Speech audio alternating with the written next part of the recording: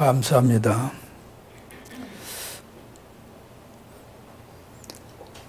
우리가 오늘날 살아가면서 나는 참으로 평화롭다. 그런 마음이 별로 이렇게 들지 않는다고 생각합니다.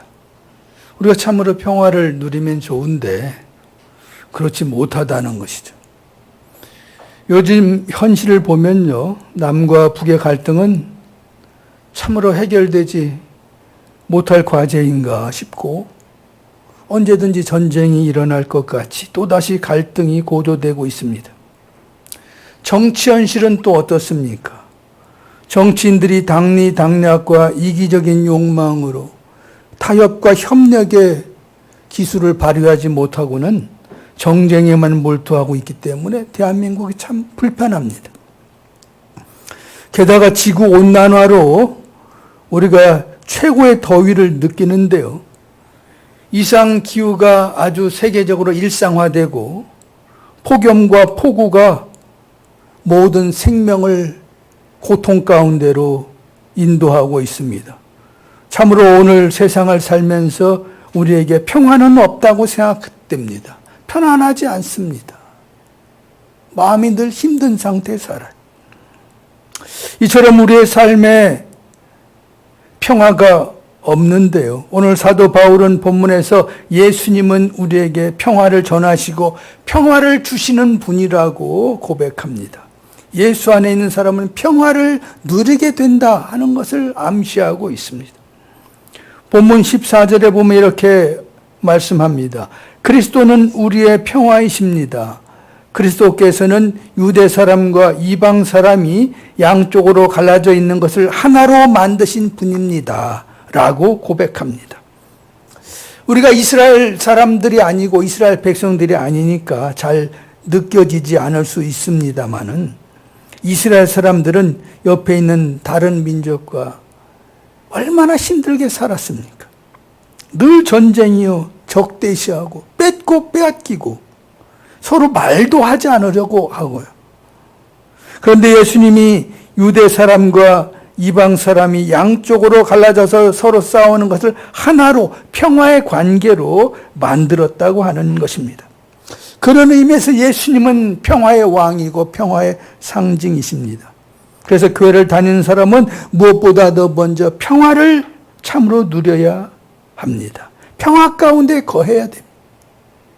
그리고는 평화를 선포해야 하고 평화를 위해서 일해야 하고 참으로 평화의 하나님 나라를 위해서 살아야 하는 것입니다. 평화의 왕으로 오신 예수님을 믿는 공동체가 평화를 누리지 못하고 평화를 위해 일하지 않는다고 한다면 예수님을 온전히 믿는 공동체는 아닐 것입니다. 그래서 예수님을 만난 사람들은 평화를 누려야 하는 것인데 어쩌면 세상 사람들은 인간의 사회에는 평화라는 것이 근본적으로 존재할 수 없다 이렇게 말할지 모릅니다. 예수님은 세상이 주는 평화가 아니라 진정한 평화를 주신다고 말씀하셨는데 그 진정한 평화가 온다는 것을 세상 사람들은 믿지 못할 것입니다. 그런 평화가 온다고 믿어져 우리에게 반문할 것 같아요. 그런데 우리 그리스도인들은 그런 평화가 임할 것을 믿는 사람들입니다. 사실 목사가 하나님의 말씀을 전하는 데 있어서 중요한 것은 성경의 말씀을 전하는 것입니다. 자기의 얘기를 하는 게 아니라 성경의 말씀을 전해야 하는 것인데 이렇게 성경의 말씀을 전하다가 보면은 목사가 전하는 하나님의 말씀은 상당히 비현실적이라고 세상 사람들은 생각할 것입니다. 그런데 어쩌면 그리스도인들은 이런 비현실적인 것이 이루어지기를 바라는 사람이 아닌가 생각하게 됩니다. 꿈 같은 얘기를 하면서 그것이 이루어질 것을 믿고 살아가는 거죠.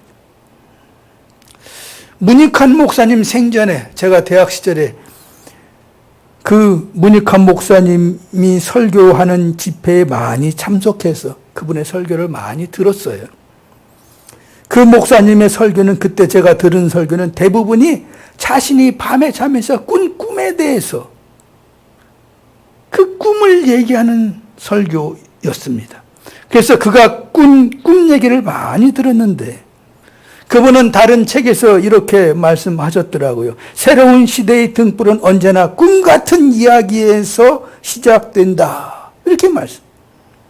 새로운 시작은 전혀 이루어지지 않을 것 같은 아주 비현실적이고 아주 꿈 같은 그런 이야기로 시작된다고 하는 것입니다. 하나님이 주시는 평화도 이와 비슷하다고 생각됩니다. 꿈 같은 얘기 같고 비현실적인 것 같다고 생각됩니다. 예수님이 보여주신 평화는 결단코 세상에서 말하는 평화와 같은 것이 아닙니다. 완전히 다른 것입니다. 우리가 평화를 말할 때 세상에서 말하는 평화를 세상의 방법으로 이루고자 한다면 예수님을 믿을 것도 없이 그냥 세상의 방법을 따라가면 됩니다. 평화를 위해 전쟁을 벌이고 평화를 위한다고 하면서 다른 사람을 죽이고 그렇게 해서 만들어지는 평화, 그것이 세상 사람들이 만들어가는 평화죠. 그러나 우리는 예수를 믿고 예수님을 주님이라고 고백하고 예수님이 말씀하신 평화를 누리고 예수님의 평화를 전하기 원하기 때문에 예수님이 말씀하시는 그 평화의 삶을 살고 그 평화를 위해서 일해야 하는 것입니다. 예수님께서 평화를 전하시고 평화를 이루셨는데 오늘 본문에서 예수님이 평화를 만드신 방법을 뭐라고 하느냐면요, 십자가를 지심으로 그 평화의 과업을 이루었다고 말씀합니다. 16절에 보면 십자가를 지심으로 평화를 이루었다, 그렇게 하시는 것인데요, 우리에게 평화를 이루기 위한 삶의 모범을 보여주신 것인데 우리가 십자가를 져야 평화를 이룰 수 있다고 하는 말씀입니다. 세상 사람들은 나를 살리기 위해서 더 많은 사람을 죽이려고 합니다. 내가 살기 위해서는 너는 죽어야겠어, 그것입니다. 그래서 이 경쟁사회에서 어떻게든 다른 사람을 죽이고라도 내가 살고자 하는 것입니다. 그런데 다른 사람들이 호락호락한 것이 아니잖아요. 예, 그냥 죽겠습니다. 제가 죽겠습니다. 그렇게 하지 않습니다. 그러다 보니 인간관계에서 너와 나의 관계는 긴장과 갈등, 대립과 투쟁으로 이어질 수밖에 없습니다. 더욱이 세상에서 악인과 같은 사람들은 다른 사람들이 자기들을 위해서 생각처럼 죽어주지 않으면은 너 죽고 나 죽자 식으로 덤벼듭니다. 나 혼자 죽기는 억울하다는 마카바식 행동입니다. 그런 곳에 평화가 어떻게 있을 수 있겠습니까? 예수님께서 보여주신 십자가의 길은 세상적인 길과는 정반대의 길입니다. 수많은 다른 사람을 살리기 위해서 나를 죽이는 것. 너를 살릴 수만 있다면 나는 죽겠습니다. 나는 죽이겠습니다. 십자가를 기꺼이 지는 길이죠. 내가 십자가를 지지 않는다고 한다면 평화를 이룰 수가 없다고 하는 말씀입니다. 내가 십자가를 지면 세상에 평화가 오고 나에게도 평화가 온다는 말씀이에요. 그래서 예수님은 당당히 십자가를 지고 십자가를 지고 죽은 것을 자랑스럽게 여기고, 그래서 우리 그리스도인들은 이 십자가를 강단에 걸고 사는 것 아니겠습니까? 그것을 통해서 사람들에게 평화를 주니까요. 우리가 세상을 살면서 다른 사람보다 조금 손해봐도 괜찮다고 생각합니다. 내가 십자가를 지고 내가 먼저 손을 내밀고 내가 먼저 베풀고 내가 주면 좋은 일 아니겠습니까? 그렇게 넓은 마음으로 살면 얼마나 좋겠습니까? 남과 북의 관계든 성도들의 관계든 인간과 자연의 관계든 내가 십자가를 지고 내가 손해를 보지 않는다고 한다면 결코 평화는 오지 않습니다. 내가 십자가를 질 생각이 없이 평화를 말한다면 그것은 기독교적인 것이 아니고 그 평화는 어쩌면 가짜일 것입니다. 그렇게 손해보며 평화를 위해서 일하는 사람에게 하나님이 놀라운 은혜로 함께 해주신다고 생각합니다. 그런 신실한 종을 하나님이 가만히 두시겠어요? 하나님이 그 가문을 살리고 아름다운 열매를 주실 것이고 그 자녀들이 그 맛있는 열매를 따먹게 될 것입니다. 예수님 당시의 율법은 눈에는 눈, 이에는 이였습니다. 그래서 그대로 갚아주는 거였습니다. 지금의 중동의 문화도 보면 전통적인 문화는 눈에는 눈, 이에는 이라고 합니다. 그런 문화다 보니까 언제나 보복의 악순환이 됩니다. 지금도 저 중동에서는 전쟁이 일어나며 보복의 악순환 속에 갇혀 있지 않습니까? 예수 그리스도를 따르는 우리 그리스도인은 수많은 다른 사람에게 십자가의 길을 걸으라고 요구할 것이 아니라 내가 다른 사람의 태도와 상관없이 십자가의 길을 자발적으로 걸어가는 것입니다.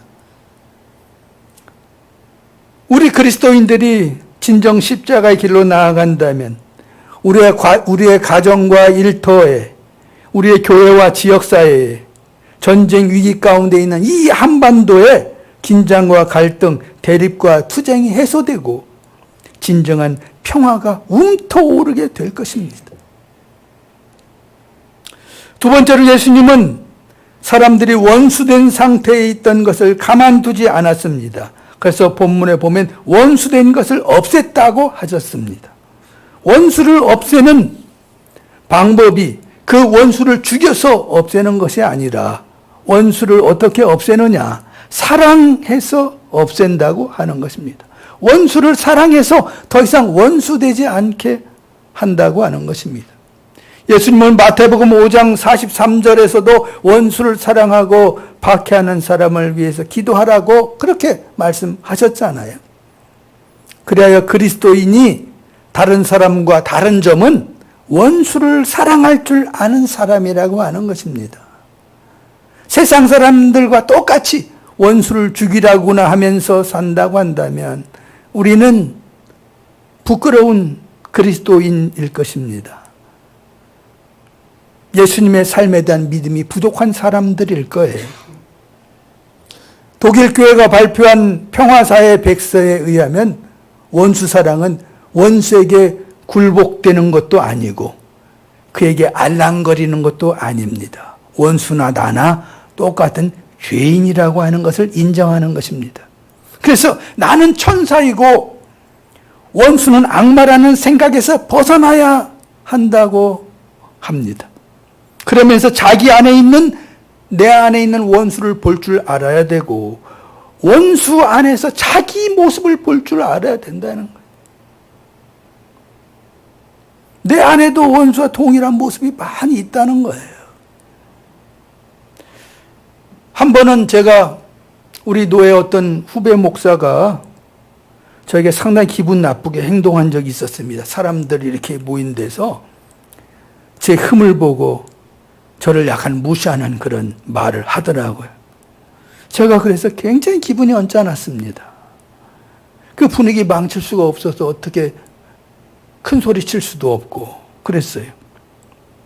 그날 밤에 이렇게 잠을 자려고 누웠는데 잠이 하나도 안 오고 그 생각만 나고 밤새 뒤치닥거리기만 했습니다.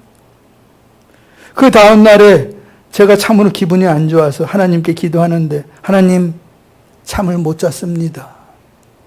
편안하지 않습니다.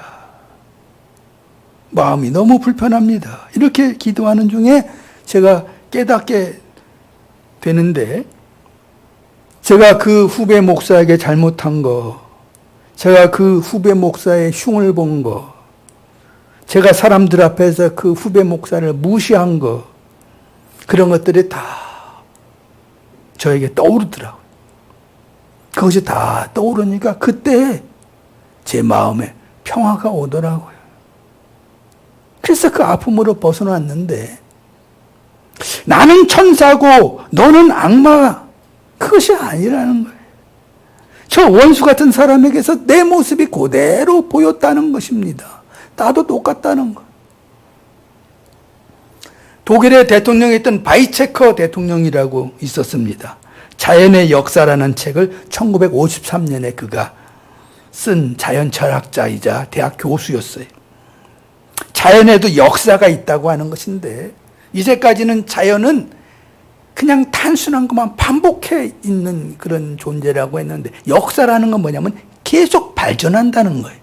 그러니까 자연은 계속 발전하는 것이지 단순한 것만 반복해서 이렇게 살아가는 것이 아니라 발전한다는 거예요. 그럼 발전하는 것이 무엇이냐? 그 안에는 이성이나 영혼이 있다는 거예요. 그래서 발전한다고 하는 것인데, 이분이 그렇게 주장하면서 자연의 역사라는 책에서 자연에는 뭔가 이성과 같은 것이 있고 영혼과 같은 것이 있다고 하면서 자연이 역사를 만든다 하는 것을 현대적 과학적 지식을 동원해서 쓴 책입니다. 말하자면 굉장히 선구적인 학자라고 할 수 있는데, 그가 대통령 때 이런 말을 했습니다. 그는 지성적인 원수 사랑을 하라, 그렇게 말을 했는데요. 우리는 원수를 괴롭히지 않는데 원수는 우리를 괴롭힌다고 생각합니다.